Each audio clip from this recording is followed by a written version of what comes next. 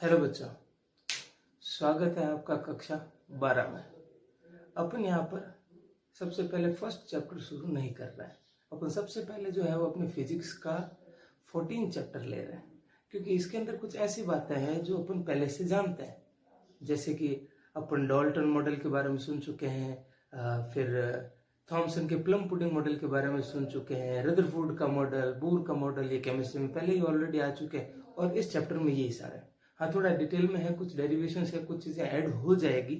जो पहले पढ़ी है उसमें थोड़ा कम था, ठीक है, पर यह है कि अपन उसके साथ पहले से फैमिलियर है, अपन जानते हैं कि वो चीजें क्या होती है, ठीक है।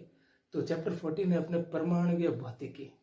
परमाणु क्या है, तो परमाणु क्या है इसके बारे में जो है वो अपने पास खूब सारे मॉडल्स है। सबसे पहले अपने पास जो है वो डाल्टन का मॉडल आया। उन्होंने बताया कि परमाणु जो है वो किसी भी पदार्थ का सूक्ष्मतम अविभाज्य कण है। मतलब कोई भी पदार्थ लीजिए आप, जैसे कि ये मेरे पास एक पदार्थ है, ठीक है।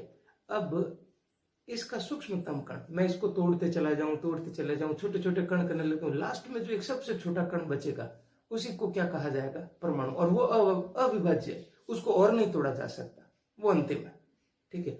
उस अविभाज्य कण को क्या कहा जाता है, परमाणु कहा जाता है। अब देखिए, फिर उन्होंने ये भी बताया कि एक ही पदार्थ के सभी परमाणु एक जैसे होते हैं। जैसे कि ये एक पेन है, इसके वो सूक्ष्मतम कण जो है वो मैं कहीं से भी छोटे छोटे कण उठा लूं, वो सब एक जैसे हैं।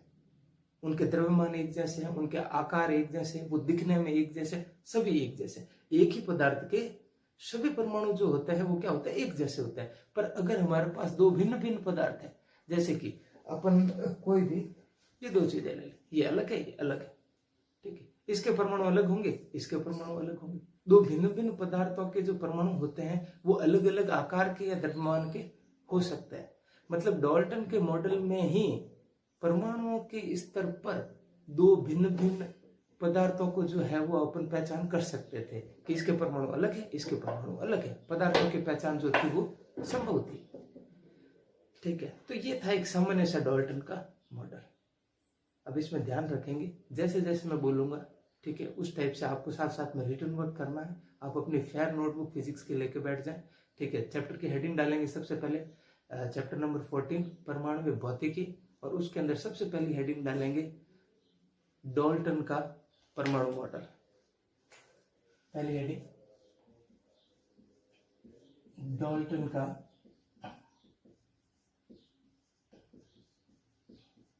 परमाणु मॉडल। इस हेडिंग के अंदर सबसे पहले आप लिखेंगे फर्स्ट पॉइंट, डाल्टन के अनुसार परमाणु किसी भी पदार्थ का सूक्ष्मतम अविभाज्य कण है। खड़ी पाई, एक ही पदार्थ के सभी परमाणु एक समान होते हैं, परंतु दो भिन्न भिन्न पदार्थों के परमाणु भिन्न भिन्न हो सकते हैं। खड़ी पाई, इस प्रकार डाल्टन के मॉडल में दो भिन्न भिन्न पदार्थों को परमाणुओं के आधार पर अलग अलग पहचाना जा सकता था। खड़ी पाई, तो ये था हमारे पास डाल्टन का मॉडल। इसके बाद में क्या अपडेट है, वो था अपने जे थॉमसन मॉडल, या फिर वाटरमेलन मॉडल, या फिर हम कह सकते हैं प्लम पुडिंग मॉडल। ये तीनों नाम है इसके। देखिए नेक्स्ट हेडिंग डालेंगे आप, थॉमसन का परमाणु मॉडल।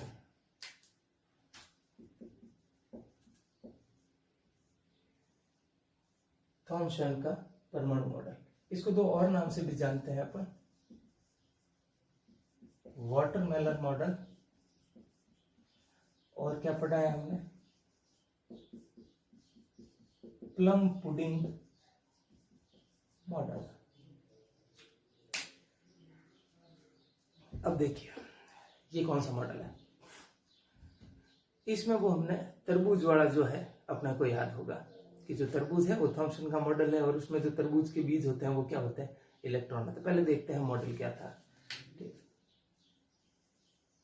ये है परमाणु, और परमाणु जो है वो अविभाज्य नहीं है। अभी डाल्टन ने क्या कहा था, सूक्ष्मतम कण जो अविभाज्य है, जिसको और नहीं तोड़ा जा सकता, वो परमाणु है। पर थॉम्सन ने कहा कि और तोड़ा जा सकता है, इसके अंदर भी और टुकड़े हैं। जैसे कि अगर ये परमाणु है तो इसके अंदर भी और छोटे छोटे टुकड़े हो सकते हैं, वो इलेक्ट्रॉन्स है। ये रहे इलेक्ट्रॉन्स।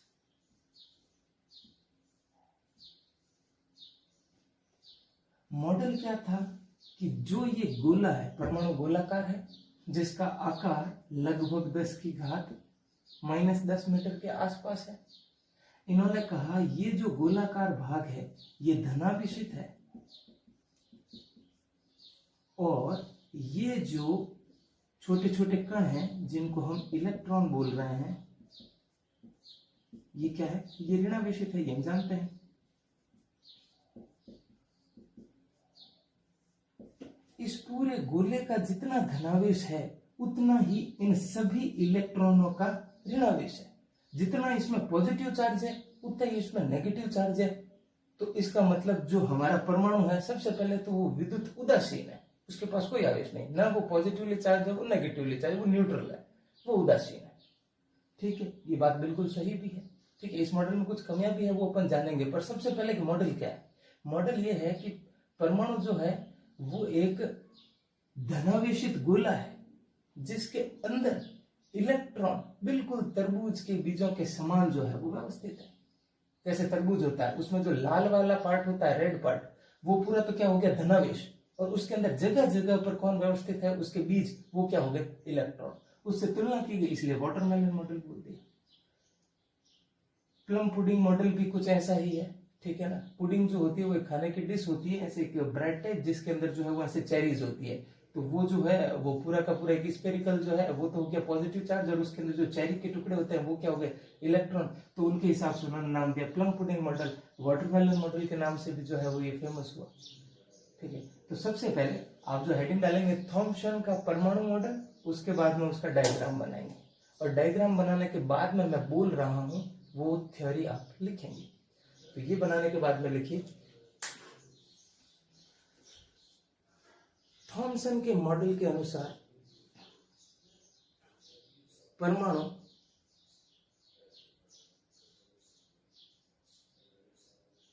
विभाज्य है।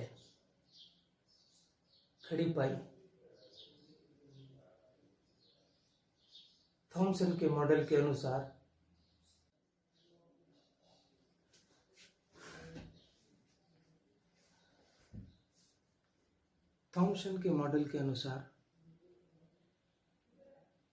परमाणु लगभग 10 की घात -10 मीटर के आकार का एक धनावेशित गोला है, जिसमें धनावेश तथा द्रव्यमान संपूर्ण गोले में एक समान रूप से वितरित है। खड़ी पाई।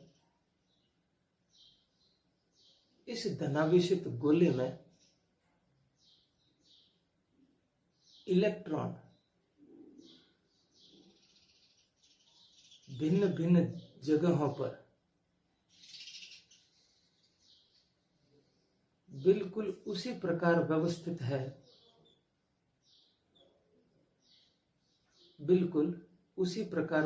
है, जिस प्रकार तरबूज में उसके बीज व्यवस्थित होते हैं। खड़ी पाई, संपूर्ण गोले का धनावेश तथा उसमें उपस्थित सभी इलेक्ट्रॉनों का ऋणावेश बराबर होता है। अतः परमाणु विद्युत उदासीन होता है। खड़ी पाई। इसके बाद में अपन कुछ थॉमसन के मॉडल की बातें समझेंगे, फिर उनको लिखेंगे। तो पहले समझिए, ध्यान दीजिए।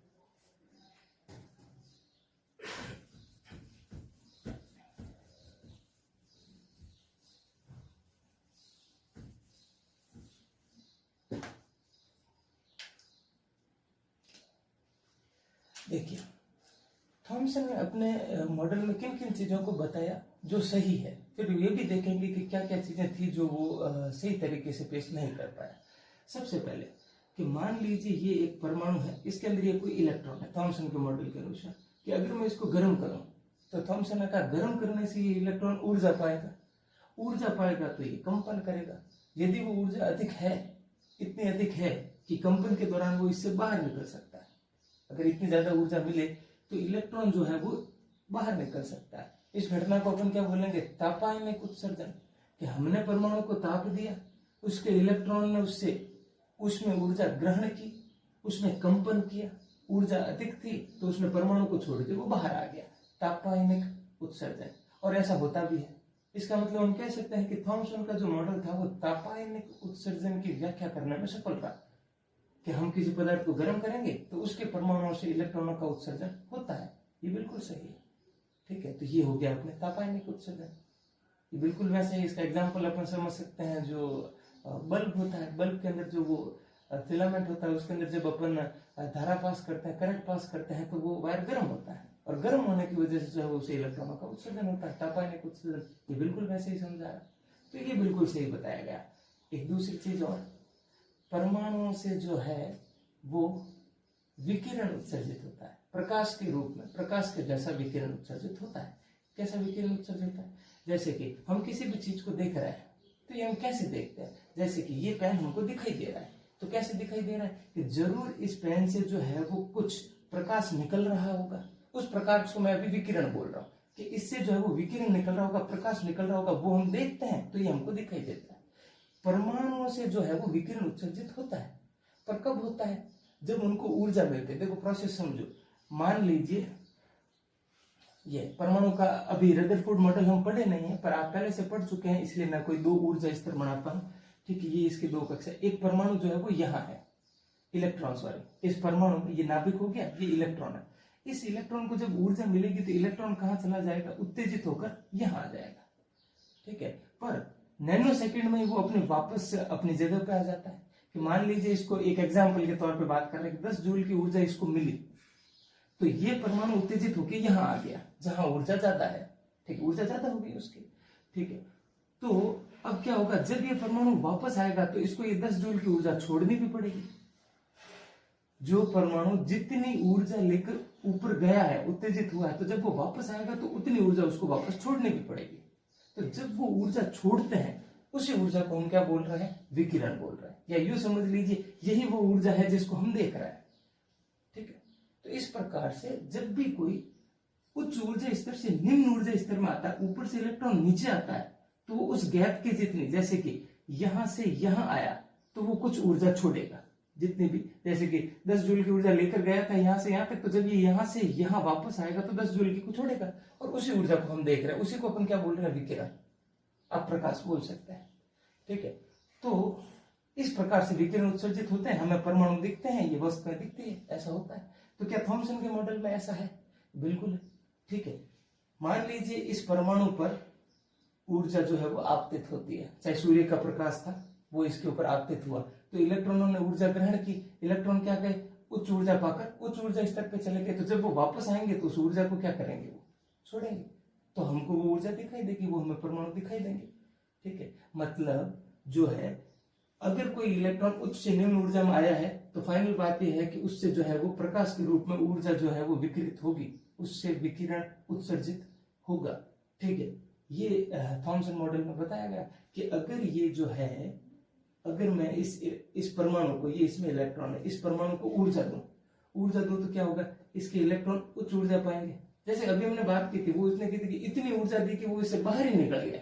अब किसी परमाणु से इलेक्ट्रॉन अगर बाहर निकल जाए तो ये क्या बन जाएगा, आयन बन जाएगा। हम कह सकते हैं कि थॉमसन का मॉडल गैसों के आयनीकरण को भी समझा सकता था, क्योंकि जब किसी से इलेक्ट्रॉन चला जाएगा, पहले क्या होता था, जैसे कि मान लीजिए इसमें जितना धनावेश है उतना ही ऋणावेश है।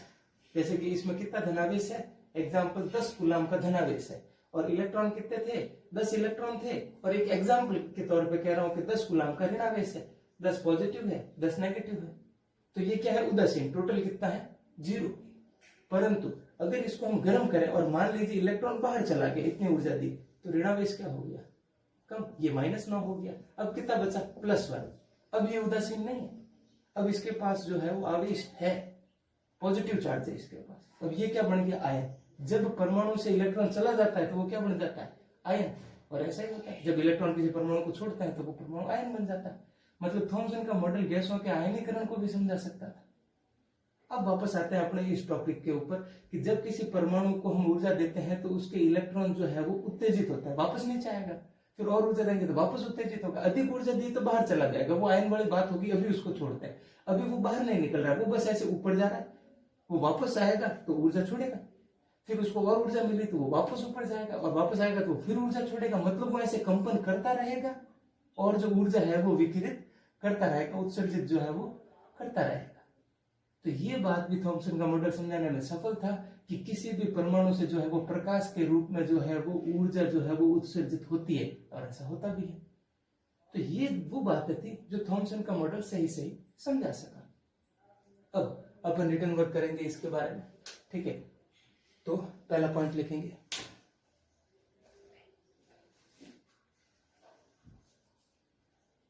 थॉमसन के मॉडल के अनुसार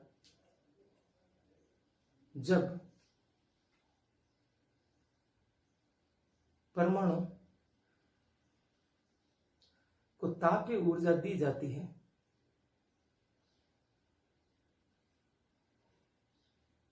या ऊष्म ऊर्जा दी जाती है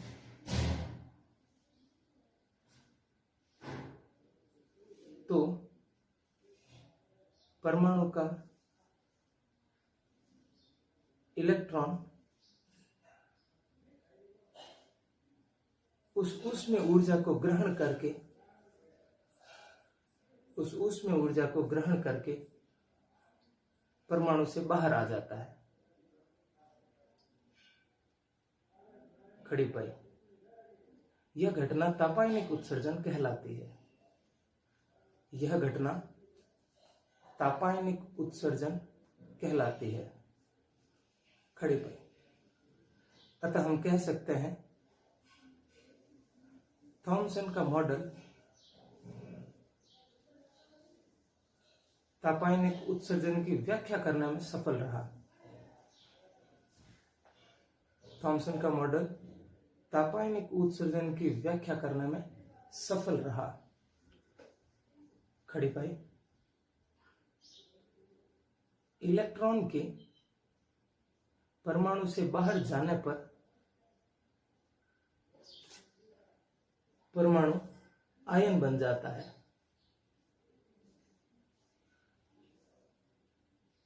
अतः थॉमसन का मॉडल गैसों के आयनीकरण की व्याख्या करने में भी सफल रहा।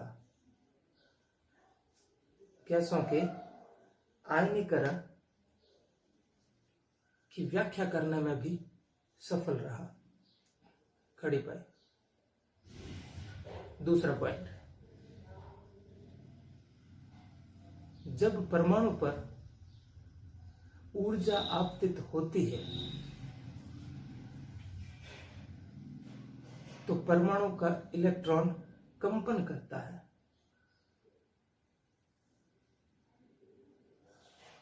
जिसके कारण परमाणु से प्रकाश के सपाट ऊर्जा या विकिरण उत्सर्जित होता है। ऊर्जा या विकिरण उत्सर्जित होता है। खड़े पाए। तो ये था थॉमसन का मॉडल। अब देखते हैं कि थॉमसन के मॉडल में क्या क्या कमियां थी। यहां तक लिखेंगे, उसके बाद में ध्यान देंगे।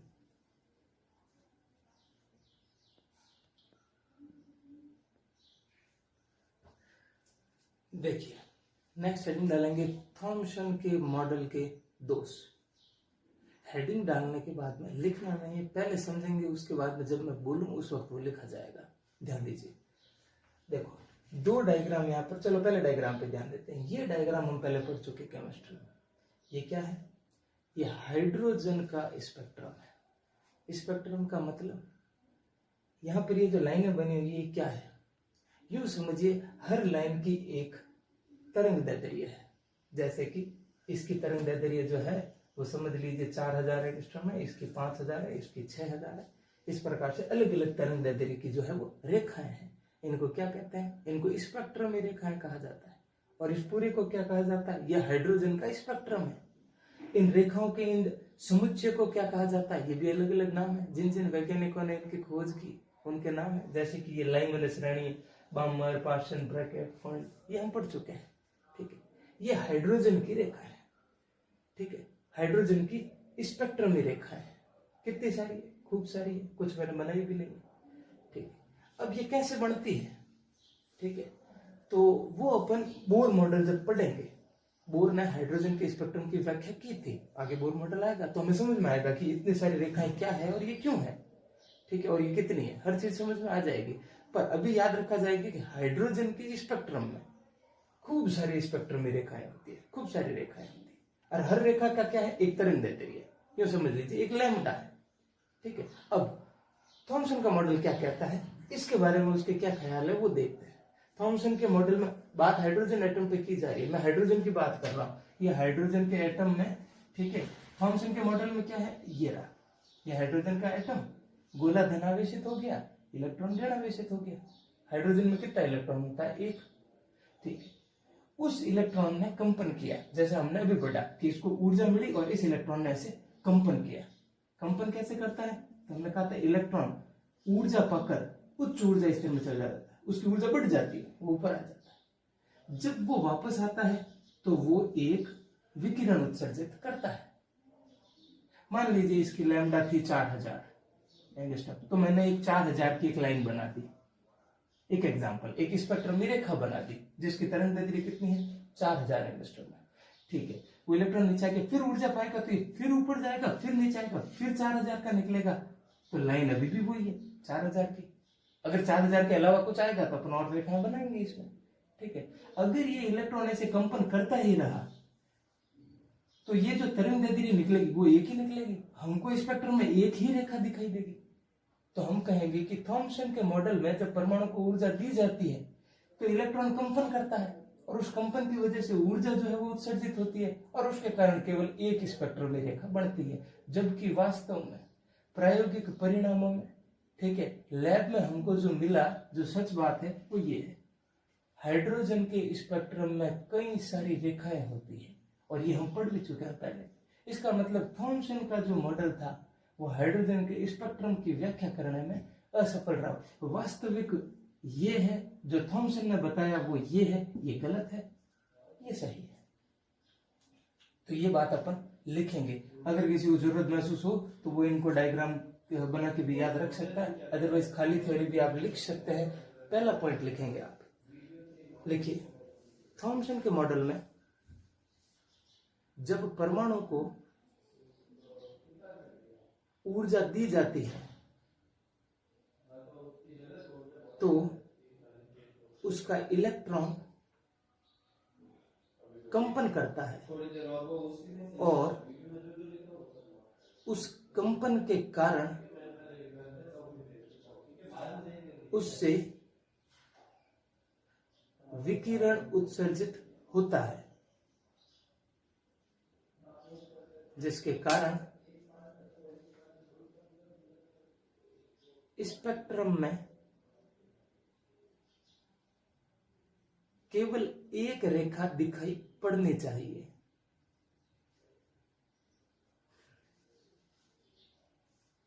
स्पेक्ट्रम में केवल एक रेखा दिखाई पड़नी चाहिए, जबकि हाइड्रोजन के स्पेक्ट्रम में हमें कई सारी स्पेक्ट्रमी रेखाएं दिखाई देती है। हमें कई सारी स्पेक्ट्रमी रेखाएं दिखाई देती है। अतः थॉमसन का मॉडल स्पेक्ट्रम की व्याख्या करने में असफल रहा। अतः थॉमसन का मॉडल हाइड्रोजन के स्पेक्ट्रम की व्याख्या करने में असफल रहा। खड़ी पे अब लिखेंगे दूसरा दोष। थॉमसन का मॉडल रदरफोर्ड के एल्फा प्रकीर्णन प्रयोग, रदरफोर्ड के एल्फा प्रकीर्णन प्रयोग को नहीं समझा सका। खड़ी पाई। ये थॉमसन मॉडल के दोस्त है। अब रदरफोर्ड का एल्फा प्रकीर्णन का प्रयोग क्या था जो थॉमसन का मॉडल ढंग से नहीं समझा पाया, उसके लिए अपन अगली क्लास में देखेंगे रदरफोर्ड का एल्फा प्रकीर्णन प्रयोग। वो हम पहले भी पढ़ चुके हैं, जिसमें वो एक पतली सी स्वर्ण पत्री के ऊपर एल्फा कणों की बौछार की जाती है। कल हम वो प्रयोग पढ़ेंगे, उसके परिणाम देखेंगे और देखते हैं क्यों थॉमसन का मॉडल उस चीज की व्याख्या नहीं कर सकता। यहाँ तक का जो रिटर्न वर्क है वो आप अपनी फेयर नोटबुक में कर लेंगे अच्छे से। कोई डाउट हो तो उसके लिए आप मैसेज कर सकते हैं ग्रुप में, उसको सॉल्व कर दिया जाएगा।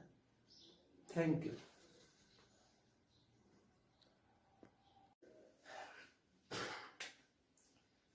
हेलो बच्चों, स्वागत है आपका कक्षा 12 में। अपन यहाँ पर सबसे पहले फर्स्ट चैप्टर शुरू नहीं कर रहे हैं। अपन सबसे पहले जो है वो अपने फिजिक्स का 14 चैप्टर ले रहे हैं, क्योंकि इसके अंदर कुछ ऐसी बातें हैं जो अपन पहले से जानते हैं। जैसे कि अपन डाल्टन मॉडल के बारे में सुन चुके हैं, फिर थॉमसन के प्लम पुडिंग मॉडल के बारे में सुन चुके हैं, रदरफोर्ड का मॉडल, बोर का मॉडल, ये केमिस्ट्री में पहले ही ऑलरेडी आ चुके हैं और इस चैप्टर में यही सारे। हाँ, थोड़ा डिटेल में है, कुछ डेरिवेशन है, कुछ चीजें ऐड हो जाएगी। जो पहले पढ़ी है उसमें थोड़ा कम था, ठीक है, पर यह है कि अपन उसके साथ पहले से फैमिलियर है, अपन जानते हैं कि वो चीजें क्या होती है। ठीक है, तो चैप्टर 14 है अपने परमाणुवीय भौतिकी। परमाणु क्या है, तो परमाणु क्या है इसके बारे में जो है वो अपने पास खूब सारे मॉडल्स है। सबसे पहले अपने पास जो है वो डाल्टन का मॉडल आया। उन्होंने बताया कि परमाणु जो है वो किसी भी पदार्थ का सूक्ष्मतम अविभाज्य कण है। मतलब कोई भी पदार्थ लीजिए आप, जैसे कि ये मेरे पास एक पदार्थ है, ठीक है, अब इसका सूक्ष्मतम कण, मैं इसको तोड़ते चला जाऊं, छोटे छोटे कण करने लगता हूं, लास्ट में जो एक सबसे छोटा कण बचेगा उसी को क्या कहा जाएगा, परमाणु। और वो अविभाज्य है, उसको और नहीं तोड़ा जा सकता, वो अंतिम है। ठीक है, उस अविभाज्य कण को क्या कहा जाता है, परमाणु कहा जाता है। अब देखिए, फिर उन्होंने ये भी बताया कि एक ही पदार्थ के सभी परमाणु एक जैसे होते हैं। जैसे कि ये एक पेन है, इसके वो सूक्ष्मतम कण जो है वो मैं कहीं से भी छोटे छोटे कण उठा लूं, वो सब एक जैसे हैं। उनके द्रव्यमान एक जैसे हैं, उनके आकार एक जैसे, वो दिखने में एक जैसे, सभी एक जैसे। एक ही पदार्थ के सभी परमाणु जो होते हैं वो क्या होता है, एक जैसे होते हैं। पर अगर हमारे पास दो भिन्न भिन्न पदार्थ है, जैसे कि अपन कोई भी ये दो चीजें ले लें, ये अलग है, ये अलग है, ठीक है, इसके परमाणु अलग होंगे, इसके परमाणु अलग होंगे। दो भिन्न भिन्न पदार्थों के जो परमाणु होते हैं वो अलग अलग आकार के या द्रव्यमान के हो सकते हैं। मतलब डाल्टन के मॉडल में ही परमाणुओं के स्तर पर दो भिन्न भिन्न पदार्थों को जो है वो अपन पहचान कर सकते थे कि इसके परमाणु अलग है, इसके परमाणु अलग है। पदार्थों की पहचान जो थी वो संभव थी। ठीक है, तो ये था एक सामान्य सा डाल्टन का मॉडल। अब इसमें ध्यान रखेंगे, जैसे जैसे मैं बोलूंगा, ठीक है, उस टाइप से आपको साथ साथ में रिटर्न वर्क करना है। आप अपनी फेयर नोटबुक फिजिक्स की लेके बैठ जाएं। ठीक है, चैप्टर की हेडिंग डालेंगे सबसे पहले चैप्टर नंबर 14 परमाणु भौतिकी, और उसके अंदर सबसे पहली हेडिंग डालेंगे डाल्टन का परमाणु मॉडल। पहली हेडिंग डाल्टन का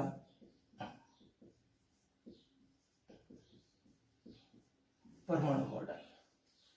इस हेडिंग के अंदर सबसे पहले आप लिखेंगे फर्स्ट पॉइंट, डाल्टन के अनुसार परमाणु किसी भी पदार्थ का सूक्ष्मतम अविभाज्य कण है। खड़ी पाई, एक ही पदार्थ के सभी परमाणु एक समान होते हैं, परंतु दो भिन्न भिन्न पदार्थों के परमाणु भिन्न भिन्न हो सकते हैं। खड़ी पाई, इस प्रकार डाल्टन के मॉडल में दो भिन्न भिन्न पदार्थों को परमाणुओं के आधार पर अलग अलग पहचाना जा सकता था। खड़ी पाई, तो ये था हमारे पास डाल्टन का मॉडल। इसके बाद में क्या अपडेट है, वो था अपने जे थॉमसन मॉडल, या फिर वाटरमेलन मॉडल, या फिर हम कह सकते हैं प्लम पुडिंग मॉडल। ये तीनों नाम है इसके। देखिए नेक्स्ट हेडिंग डालेंगे आप, थॉमसन का परमाणु मॉडल।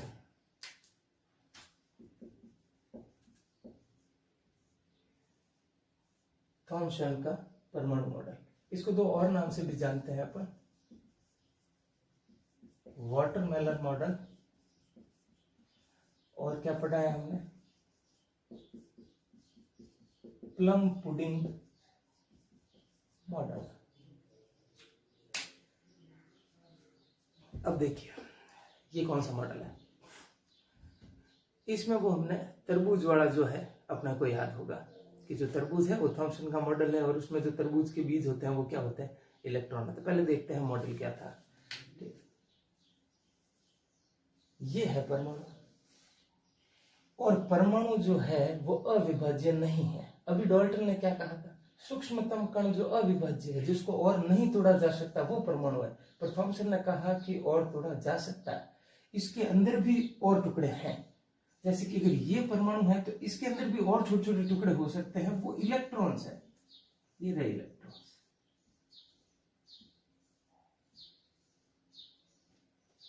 मॉडल क्या था कि जो ये गोला है, परमाणु गोलाकार है, जिसका आकार लगभग 10 की घात -10 मीटर के आसपास है।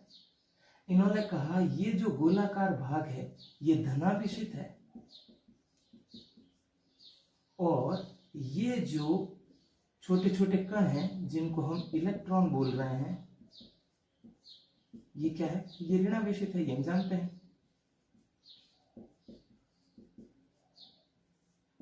इस पूरे गोले का जितना धनावेश है उतना ही इन सभी इलेक्ट्रॉनों का ऋणावेश है।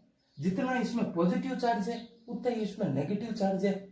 तो इसका मतलब जो हमारा परमाणु है, सबसे पहले तो वो विद्युत उदासीन है, उसके पास कोई आवेश नहीं, ना वो पॉजिटिवली चार्ज है, वो नेगेटिवली चार्ज, वो न्यूट्रल है, वो उदासीन है।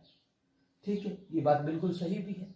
ठीक है, इस मॉडल में कुछ कमियां भी है, वो अपन जानेंगे। पर सबसे पहले मॉडल क्या है, मॉडल ये है कि परमाणु जो है वो एक धनावेशित गोला है, जिसके अंदर इलेक्ट्रॉन बिल्कुल तरबूज के बीजों के समान जो है वो व्यवस्थित है। जैसे तरबूज होता है, उसमें जो लाल वाला पार्ट होता है, रेड पार्ट, वो पूरा तो क्या हो गया, धनावेश, और उसके अंदर जगह जगह पर कौन व्यवस्थित है, उसके बीज, वो क्या हो गए, इलेक्ट्रॉन। उससे तुलना की गई, इसलिए वाटरमेलन मॉडल बोल दिया। प्लम पुडिंग मॉडल भी कुछ ऐसा ही है। ठीक है ना। पुडिंग जो होती है वो एक खाने की डिश होती है, ऐसे एक ब्रेड टाइप, जिसके अंदर जो है वो ऐसे चेरीज होती है। तो वो जो है वो पूरा का पूरा एक स्फेरिकल जो है वो तो हो गया पॉजिटिव चार्ज, और उसके अंदर जो चेरी के टुकड़े होते हैं वो क्या हो गए, इलेक्ट्रॉन। तो उनके हिसाब से उन्होंने नाम दिया plum pudding model. Watermelon model के नाम से भी जो है वो ये फेमस हुआ। ठीक है, तो सबसे पहले आप जो हेडिंग डालेंगे थॉम्सन का परमाणु मॉडल, उसके बाद में उसका डायग्राम बनाएंगे, और डायग्राम बनाने के बाद में मैं बोल रहा हूं वो थ्योरी आप लिखेंगे। तो ये बनाने के बाद में लिखिए, थॉम्सन के मॉडल के अनुसार परमाणु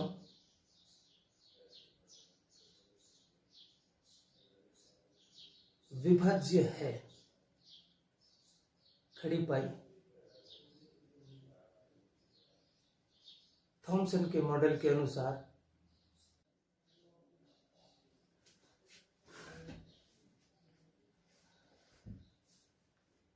थॉम्सन के मॉडल के अनुसार परमाणु लगभग 10⁻⁻10 मीटर के आकार का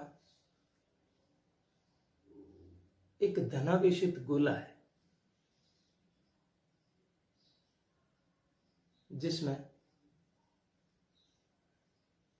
धनावेश तथा द्रव्यमान संपूर्ण गोले में एक समान रूप से वितरित है। खड़ी पाई। इस धनावेशित गोले में इलेक्ट्रॉन भिन्न भिन्न जगहों पर बिल्कुल उसी प्रकार व्यवस्थित है, बिल्कुल उसी प्रकार व्यवस्थित है जिस प्रकार तरबूज में उसके बीज व्यवस्थित होते हैं। खड़ी पाई। संपूर्ण गोले का धनावेश तथा उसमें उपस्थित सभी इलेक्ट्रॉनों का ऋणावेश बराबर होता है। अतः परमाणु विद्युत उदासीन होता है। खड़ी पाई। इसके बाद अपन कुछ थॉम्सन के मॉडल की बातें समझेंगे, फिर उनको लिखेंगे। तो पहले समझिए, ध्यान दीजिए।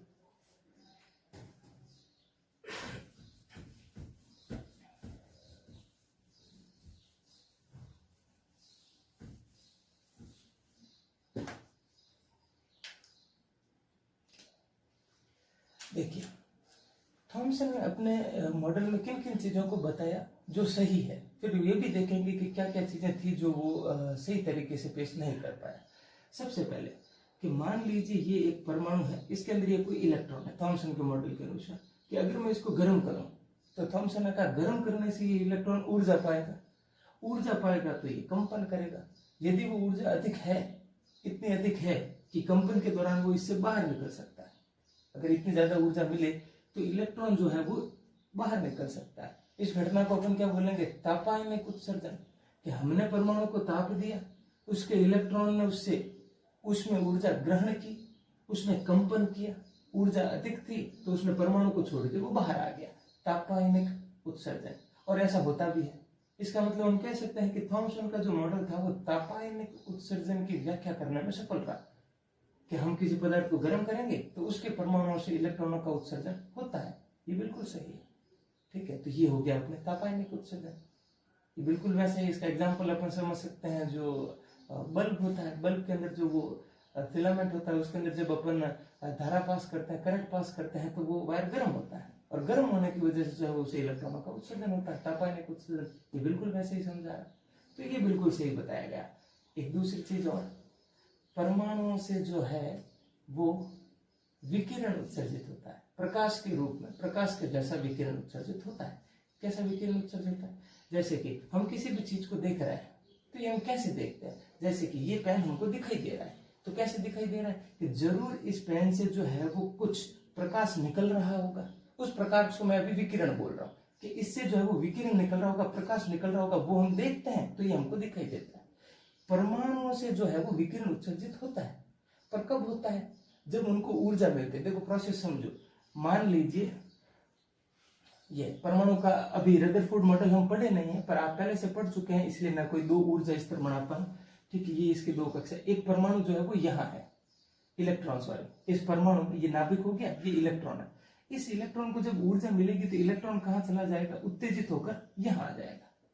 ठीक है, पर नैनो सेकंड में वो अपने वापस अपनी जगह पे आ जाता है। कि मान लीजिए इसको एक एग्जाम्पल के तौर पे बात कर रहे हैं कि 10 जूल की ऊर्जा इसको मिली, तो ये परमाणु उत्तेजित होकर यहाँ आ गया जहां ऊर्जा ज्यादा है। ठीक है, ऊर्जा ज्यादा होगी उसकी। ठीक है, तो अब क्या होगा? जब ये परमाणु वापस आएगा तो इसको ये 10 जूल की ऊर्जा छोड़नी भी पड़ेगी। जो परमाणु जितनी ऊर्जा लेकर ऊपर गया है, उत्तेजित हुआ है, तो जब वो वापस आएगा तो उतनी ऊर्जा उसको वापस छोड़नी भी पड़ेगी। तो जब वो ऊर्जा छोड़ते हैं, उसी ऊर्जा को हम क्या बोल रहे हैं? विकिरण बोल रहे हैं। या यूं समझ लीजिए यही वो ऊर्जा है जिसको हम देख रहे हैं। ठीक है, तो इस प्रकार से जब भी कोई उच्च ऊर्जा स्तर से निम्न ऊर्जा स्तर में आता है, ऊपर से इलेक्ट्रॉन नीचे आता है, तो वो उस गैप के जितनी, जैसे कि यहां से यहां आया तो वो कुछ ऊर्जा छोड़ेगा, जितनी भी, जैसे कि 10 जूल की ऊर्जा लेकर गया था यहां से यहां तक, तो जब ये यहां से यहां वापस आएगा तो 10 जूल की को छोड़ेगा, और उसी ऊर्जा को हम देख रहे हैं। उसी को अपन क्या बोल रहे हैं? विकिरण। आप प्रकाश बोल सकते हैं। ठीक है, तो इस प्रकार से विकिरण उत्सर्जित होते हैं, हमें परमाणु दिखते हैं, ये वस्तुएं दिखती है, ऐसा होता है। तो क्या थॉमसन के मॉडल में ऐसा है? बिल्कुल है। ठीक है, मान लीजिए इस परमाणु पर ऊर्जा जो है वो आपतित होती है, चाहे सूर्य का प्रकाश था वो इसके ऊपर आपतित हुआ, तो इलेक्ट्रॉनों ने ऊर्जा ग्रहण की। इलेक्ट्रॉन क्या गए? उच्च ऊर्जा पाकर उच्च ऊर्जा स्तर पे चले गए। तो जब वो वापस आएंगे तो उस ऊर्जा को क्या करेंगे? वो छोड़ेंगे, तो हमको वो ऊर्जा दिखाई देगी, वो हमें परमाणु दिखाई देंगे। ठीक है, मतलब जो है अगर कोई इलेक्ट्रॉन उच्च से निम्न ऊर्जा में आया है तो फाइनल बात यह है कि उससे जो है वो प्रकाश के रूप में ऊर्जा जो है वो विकिरित होगी, उससे विकिरण उत्सर्जित होगा। ठीक है, ये थॉमसन मॉडल में बताया गया कि अगर ये जो है, अगर मैं इस परमाणु को, ये इसमें इलेक्ट्रॉन है, इस परमाणु को ऊर्जा दूं तो क्या होगा? इसके इलेक्ट्रॉन उच्च ऊर्जा पाएंगे। जैसे अभी हमने बात की थी, वो इसने की थी कि इतनी ऊर्जा दी कि वो इससे बाहर ही निकल गया। अब किसी परमाणु से इलेक्ट्रॉन अगर बाहर निकल जाए तो ये क्या बन जाएगा? आयन बन जाएगा। हम कह सकते हैं कि थॉमसन का मॉडल गैसों के आयनीकरण को भी समझा सकता था, क्योंकि जब किसी से इलेक्ट्रॉन चला जाएगा, पहले क्या होता था, जैसे कि मान लीजिए इसमें जितना धनावेश है उतना ही ऋणावेश है। जैसे कि इसमें कितना धनावेश है? एग्जाम्पल 10 कूलम का धनावेश है, और इलेक्ट्रॉन कितने थे? 10 इलेक्ट्रॉन थे। और एक एग्जाम्पल के तौर पे कह रहा हूं कि 10 कूलम का ऋणावेश है, 10 पॉजिटिव है, 10 नेगेटिव है। तो ये क्या है? उदासीन। टोटल कितना है? 0। परंतु अगर इसको हम गर्म करें और मान लीजिए इलेक्ट्रॉन बाहर चला गया, इतनी ऊर्जा दी, तो ऋणावेश क्या हो गया? कम। ये -9 हो गया। अब कितना बचा? +1। अब ये उदासीन नहीं है, अब इसके पास जो है वो आवेश है, पॉजिटिव चार्ज है इसके पास। अब ये क्या बन गया? आयन। जब परमाणु से इलेक्ट्रॉन चला जाता है तो वो क्या बन जाता है? आयन। और ऐसा ही होता है, जब इलेक्ट्रॉन किसी परमाणु को छोड़ता है तो वो परमाणु आयन बन जाता है। मतलब थॉमसन का मॉडल गैसों के आयनीकरण को भी समझा सकता था। अब वापस आते हैं अपने इस टॉपिक के ऊपर कि जब किसी परमाणु को हम ऊर्जा देते हैं तो उसके इलेक्ट्रॉन जो है वो उत्तेजित होता है, वापस नीचे आएगा। फिर और ऊर्जा देंगे तो वापस उत्तेजित होगा। अधिक ऊर्जा दी तो बाहर चला जाएगा, वो आयन वाली बात होगी। अभी उसको छोड़ते हैं, अभी वो बाहर नहीं निकल रहा है, वो बस ऐसे ऊपर जा रहा है। वो वापस आएगा तो ऊर्जा छोड़ेगा, फिर उसको और ऊर्जा मिली तो वो वापस ऊपर जाएगा, और वापस आएगा तो फिर ऊर्जा छोड़ेगा। मतलब वो ऐसे कंपन करता रहेगा, और जो ऊर्जा है वो विकिरित करता रहेगा, उत्सर्जित जो है वो करता रहेगा। तो ये बात भी थॉमसन का मॉडल समझाने में सफल था कि किसी भी परमाणु से जो है वो प्रकाश के रूप में जो है वो ऊर्जा जो है वो उत्सर्जित होती है, और ऐसा होता भी है। तो ये वो बात थी जो थॉमसन का मॉडल सही सही समझा सका। अब अपन रिटर्न वर्क करेंगे इसके बारे में। ठीक है, तो पहला पॉइंट लिखेंगे,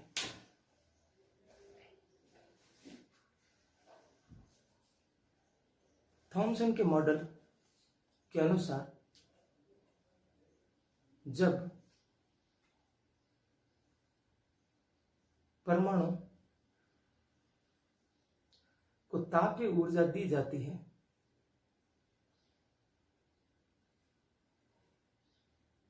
या ऊष्म ऊर्जा दी जाती है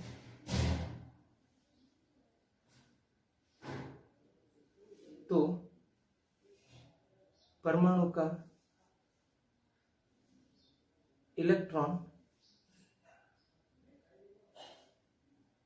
उस ऊष्म ऊर्जा को ग्रहण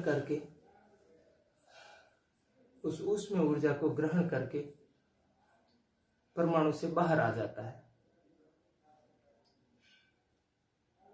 खड़ी पाई। यह घटना तापायनिक उत्सर्जन कहलाती है। यह घटना तापायनिक उत्सर्जन कहलाती है। खड़ी पाई। अतः हम कह सकते हैं थॉमसन का मॉडल तापायनिक उत्सर्जन की व्याख्या करने में सफल रहा। थॉमसन का मॉडल तापायनिक उत्सर्जन की व्याख्या करने में सफल रहा। खड़ी पाई। इलेक्ट्रॉन के परमाणु से बाहर जाने पर परमाणु आयन बन जाता है।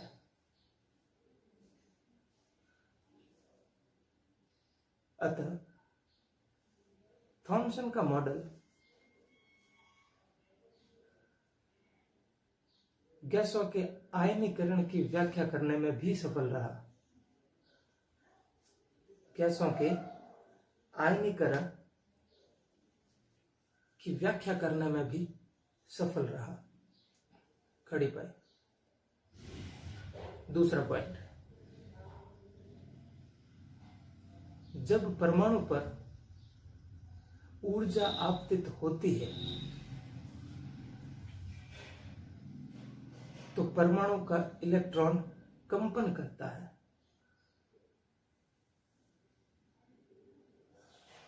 जिसके कारण परमाणु से प्रकाश के सपाट ऊर्जा या विकिरण उत्सर्जित होता है। ऊर्जा या विकिरण उत्सर्जित होता है। खड़ी पाई। तो ये था थॉमसन का मॉडल। अब देखते हैं कि थॉमसन के मॉडल में क्या क्या कमियां थी। यहां तक लिखेंगे, उसके बाद में ध्यान देंगे।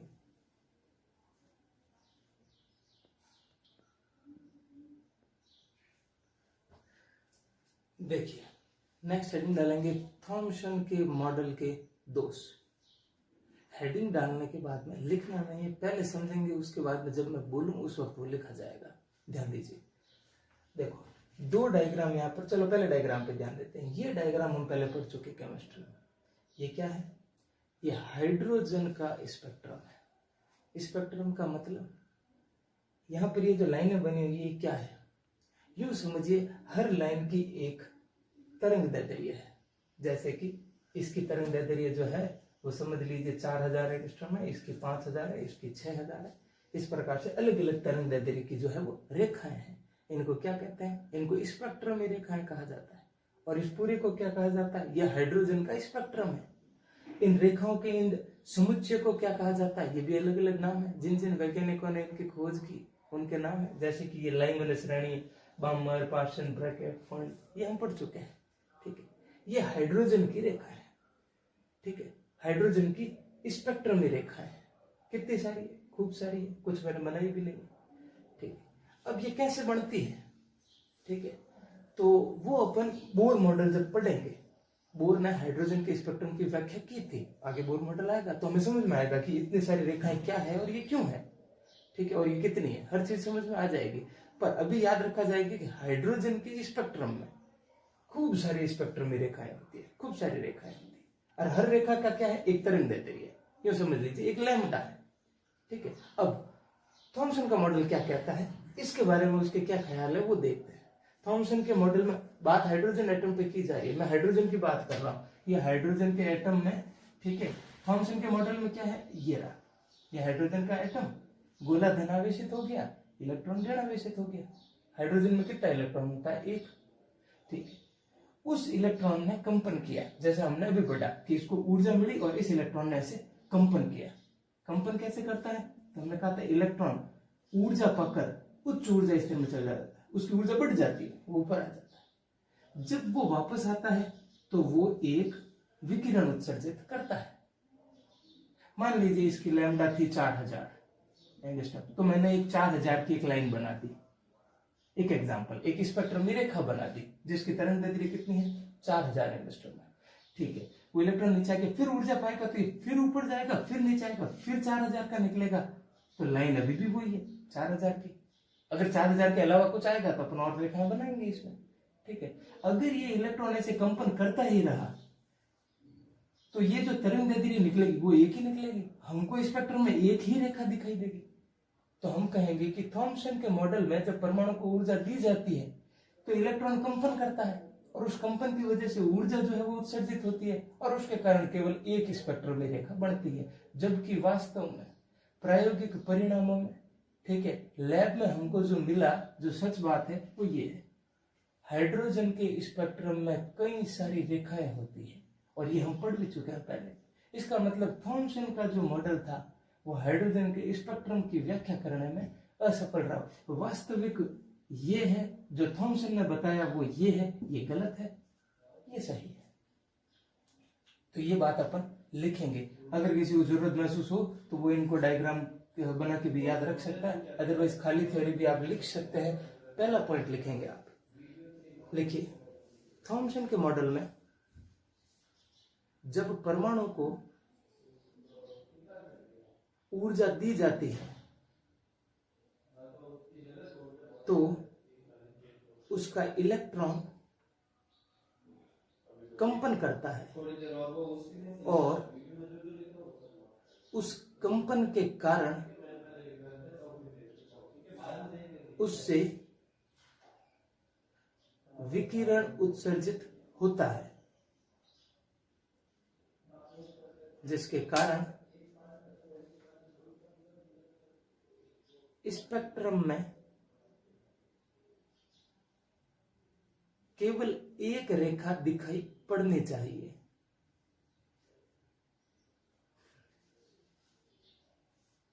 स्पेक्ट्रम में केवल एक रेखा दिखाई पड़नी चाहिए, जबकि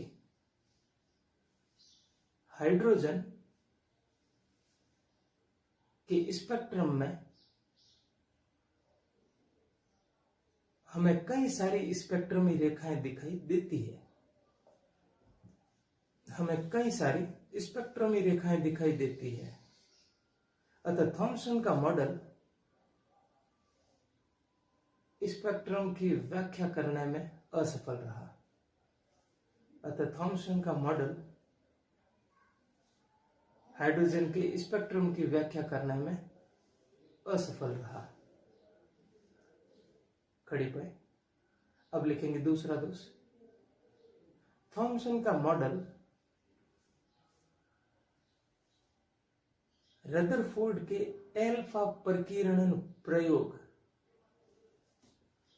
रदरफोर्ड के एल्फा प्रकीर्णन प्रयोग को नहीं समझा सका।